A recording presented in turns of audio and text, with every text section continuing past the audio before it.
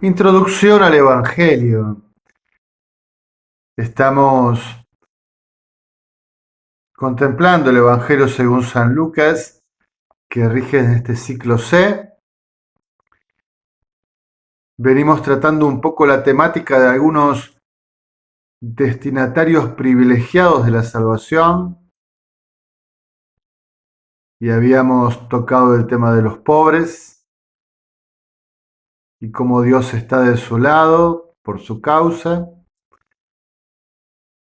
Nos quedan dos temas también muy insinuados en el Evangelio según San Lucas: los samaritanos, al cual nos dedicaremos hoy, y la relación del Señor con las mujeres. Los samaritanos en el Evangelio según San Lucas, que dijimos tiene detrás de sí todo un bagaje y una experiencia misionera. Los samaritanos suelen ser un poco el prototipo de la gentilidad del pagano. Es el forastero, pero también es el adversario. Es aquel que, teniendo presencia de una tierra que también Israel conoció como suya, es un poco la imagen de un pueblo mixturado, heterodoxo, que comparte algunos puntos de fe con Israel, las escrituras, los profetas, pero sin embargo no comparte exactamente el canon de las escrituras, mucho menos la interpretación, y que se resiste a reconocer a Jerusalén como el centro de culto y el centro de la fe religiosa y de la alianza con el templo y la casta sacerdotal.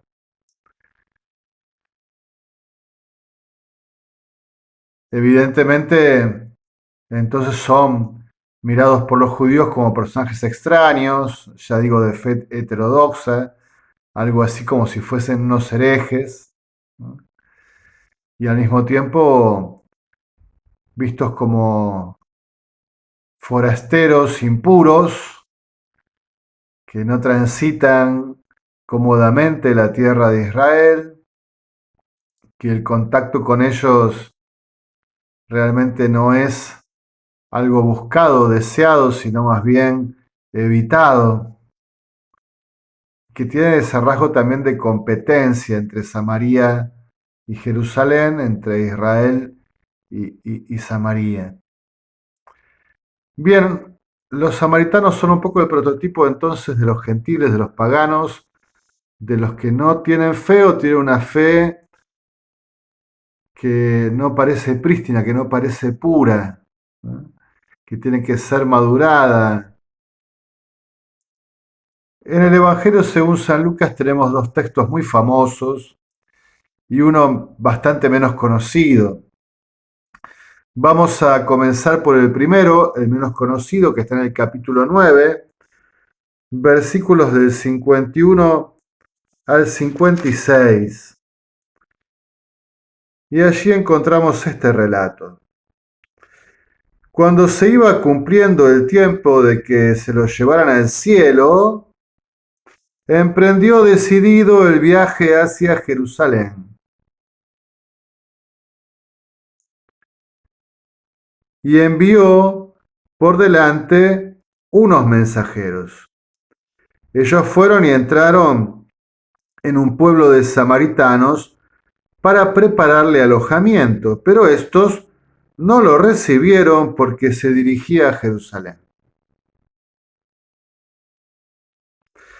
Al ver esto, Juan y Santiago, sus discípulos, dijeron: Señor, ¿quieres que mandemos que caiga un rayo del cielo y acabe con ellos?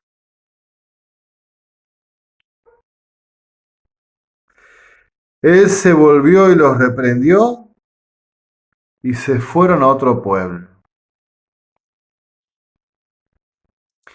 Bueno, este texto da cuenta de la relación polémica, difícil, ¿no? Jesús emprende el camino hacia Jerusalén,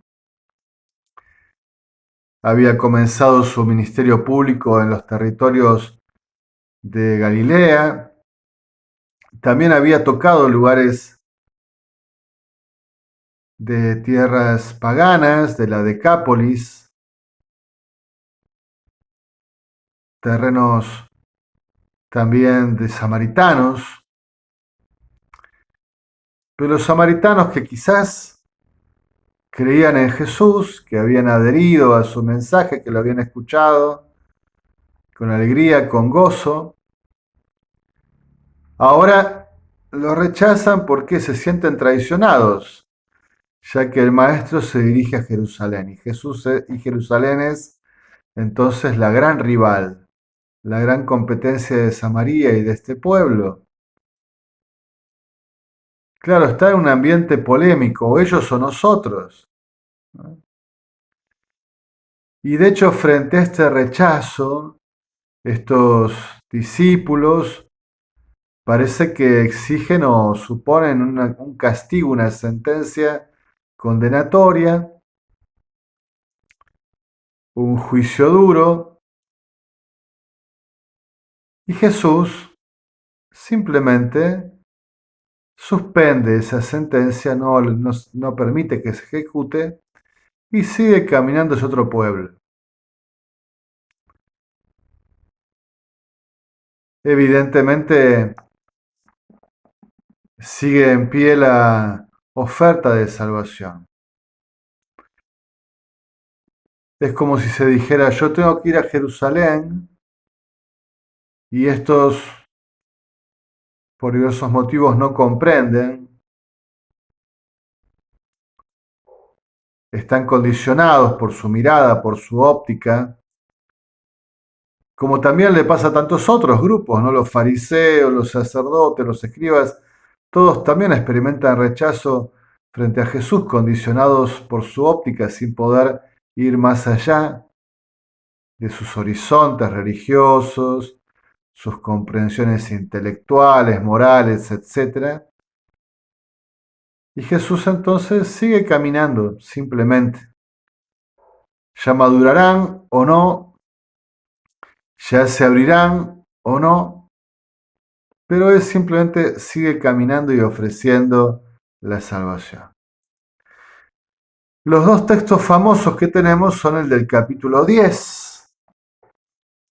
Claro, la famosísima parábola del buen samaritano.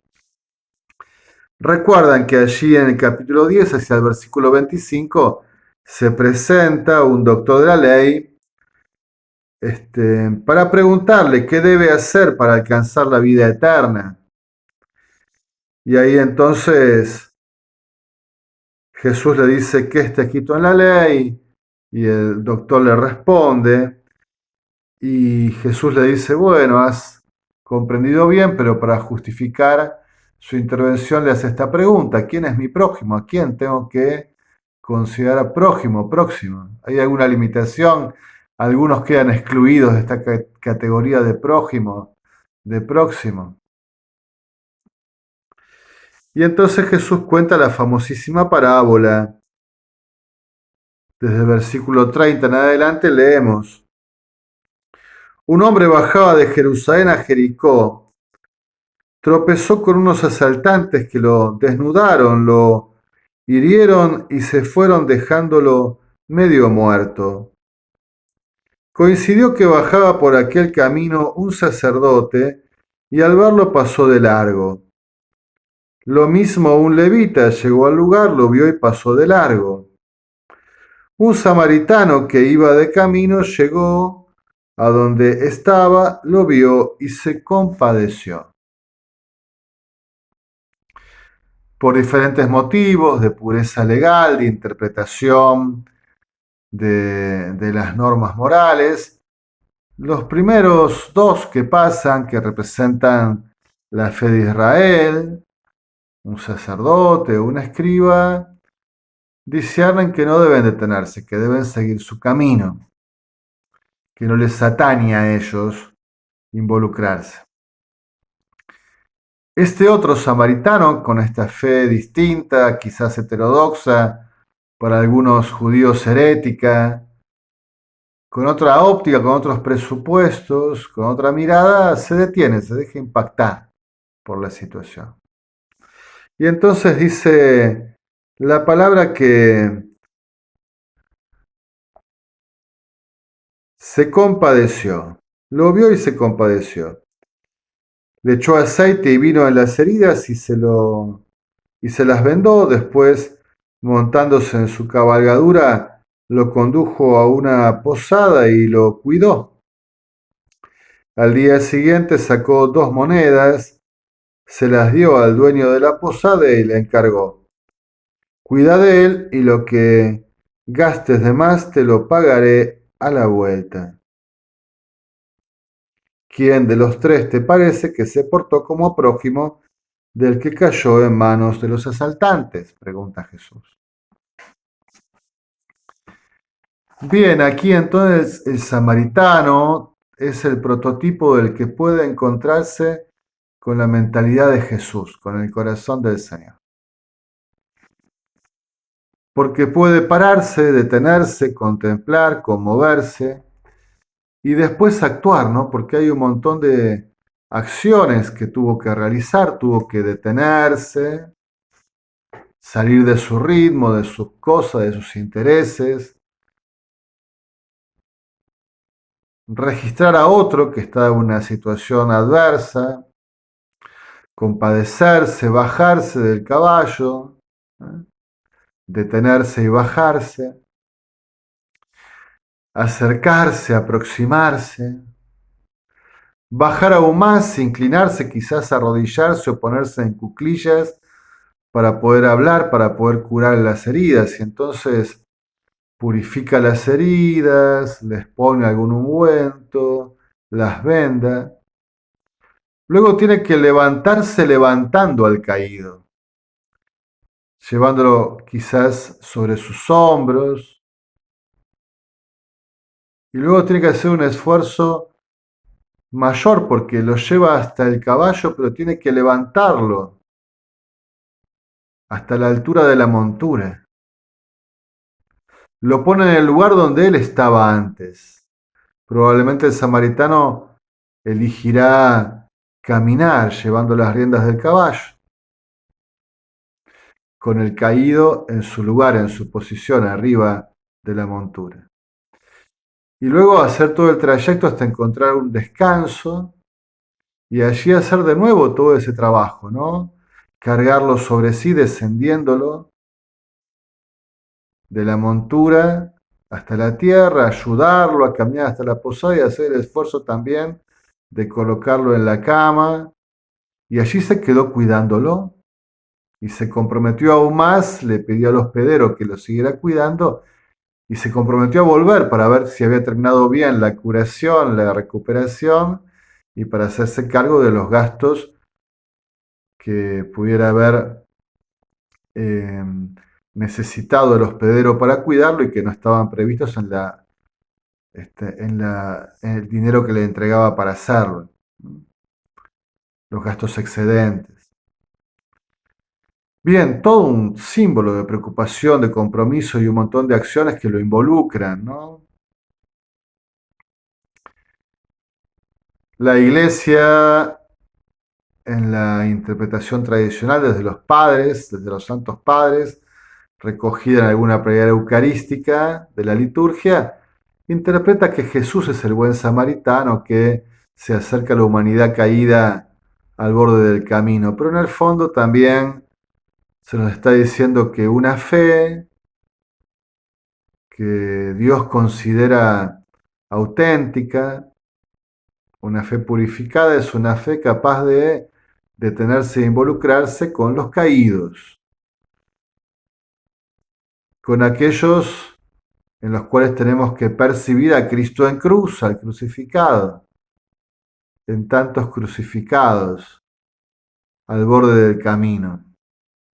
Y que entonces que esa fe que tiene sensibilidad es una fe realmente agradable a Dios, que no basta con cumplir algunas normas o preceptos a distinto nivel, sino que lo que es importante es entrar en empatía, en comunión, por el amor, para rescatar, para redimir, porque entonces allí entramos en sintonía con la mente y el corazón de Jesús, que vino a ofrecer la salvación, a rescatar, a liberar, a sanar, y que luego, bueno, todas las normas, principios que vayamos a establecer tienen que ver con esto en el fondo, ¿no?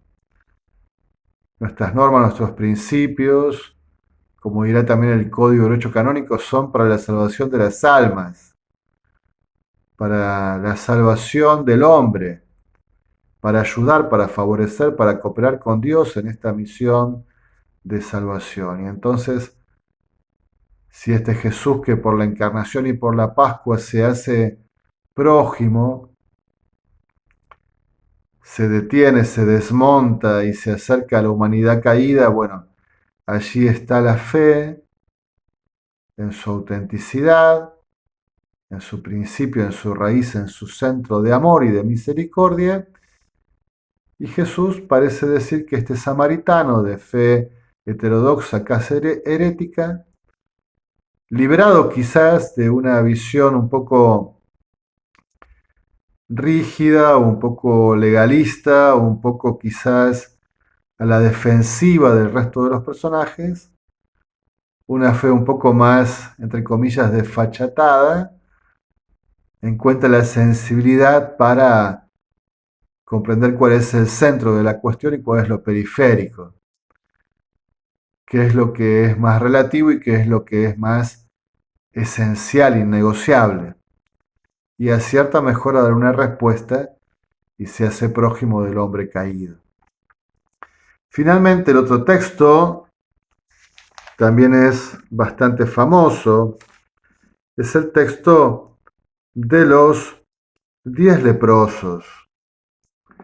Está en el capítulo 17 del Evangelio de San Lucas, versículos del 11 al 19. Y se narra así.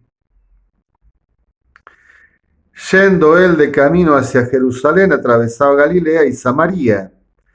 Al entrar en un pueblo, les salieron al encuentro 10 leprosos que se pararon a cierta distancia y alzaron la voz, diciendo: Jesús, Maestro, ten piedad de nosotros. Al verlo les dijo: vayan a presentarse a los sacerdotes. Mientras iban, quedaron sanos. Uno de ellos, viéndose sano, volvió, glorificando a Dios en voz alta, y cayó a los pies de Jesús, rostro en tierra, dándole gracias. Era samaritano. Jesús tomó la palabra y dijo: ¿no recobraron la salud los 10? ¿Y los otros 9 dónde están? Ninguno volvió a dar gracias a Dios, sino este extranjero, y le dijo: ponte de pie y vete, tu fe te ha salvado. De nuevo, ¿no? Una situación que padecen 9, digamos, israelitas, judíos de fe pura, según ellos, y este samaritano de fe heterodoxa, herética. Y sin embargo, todos dan una respuesta de fe, todos se ponen en camino, todos creen en la palabra y en la promesa de Jesús, pero algunos de ellos simplemente quedan contentos por haber podido quedar sanados, se presentan a los sacerdotes para ser reincorporados a la comunión, a la vida cultural, a la vida civil, pero solo el samaritano vuelve a dar gracias a Dios, se postra frente a Jesús, lo adora, reconoce su divinidad, su señorío. Y de nuevo parece quedar como sugerido que este que tiene una fe que aparentemente no es tan perfecta, que tiene sus limitaciones, que es mirado como un rival, de pronto encontró la novedad, se dejó impactar, necesitó volver a agradecer y entonces hizo una experiencia más profunda porque escuchó esta frase, tu fe te ha salvado. Y entonces no solo recupera la vida que había perdido por la lepra, por esa enfermedad que lo excluía de la vida con los demás, sino que había encontrado ahora la vida en Jesús, una vida nueva, la vida del Evangelio, la vida de la gracia, un camino nuevo que se abría.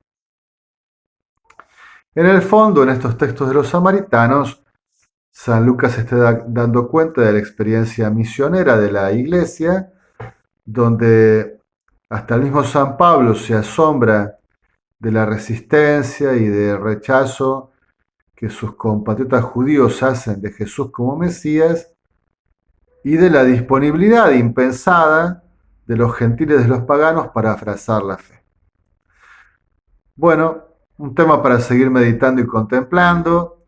Sigamos conociendo el Evangelio. Vamos a seguir contemplando el Evangelio según San Lucas. En alabanza y gloria de la Santísima Trinidad.